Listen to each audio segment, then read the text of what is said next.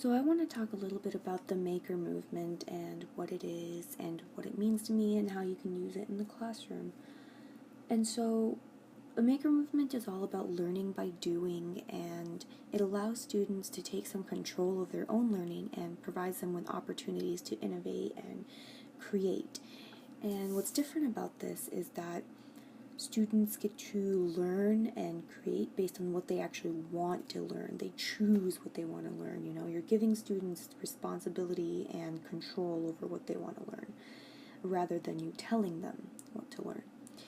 And this means that students actually don't give up too easily because they take ownership and use critical thinking skills, higher order thinking skills, collaboration skills, and they use these skills to fix problems and analyze information and find solutions. All the things we want students to be doing, because these are skills they're going to be carrying over with them into the real world.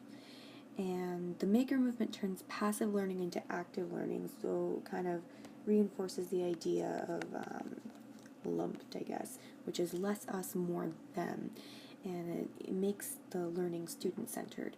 It teaches kids about real-world skills and real-world problems. It gives them greater responsibility and ownership, and it's quite amazing what students can do and how creative they are when they're given this much autonomy and support.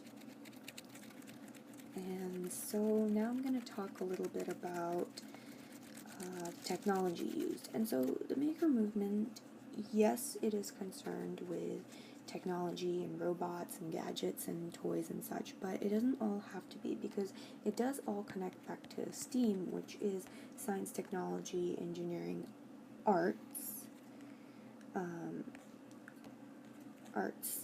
and math. And so this just means that there are plenty of low-tech, cost-effective ways to use principles from the maker movement in the classroom. So, for example, the arts is important, as I already mentioned, and so you can use reusable household items that you probably would have thrown away, like old bottle caps, old bottles, shampoo bottles, toilet paper rolls, craft supplies, and any popsicle sticks, and anything that can be used to innovate or create something. And a great way to do this would be to create a project-based instruction or project-based learning unit, where if you're teaching a science class, like me for instance, you would be able to use this to have students create something that they want to create that they think would be useful in the real world, and then evaluate which one ends up being better. Is my reusable item better, the one that I made from reusable, cost effective and time effective, like you have to take a lot of things into account, or is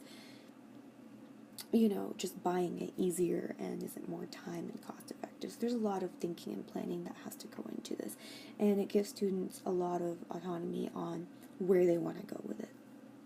And it's very valuable for my students because it gives them the power to create. It makes learning personal for them, and therefore they make meaningful connections, and it allows them to internalize the information.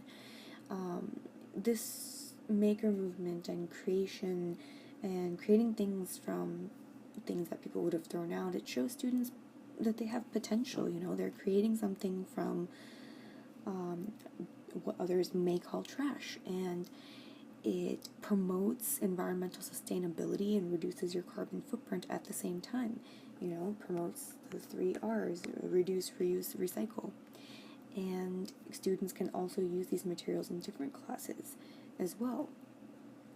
And this is a form of construction, I can't even pronounce it.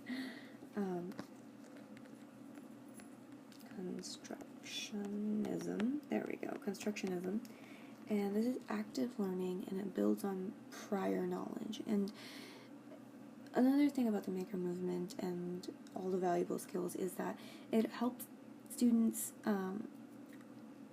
get rid of their fear of failure, because they can fail in the safe environment, take risks in the safe environment, and it's okay, because they will figure it out eventually.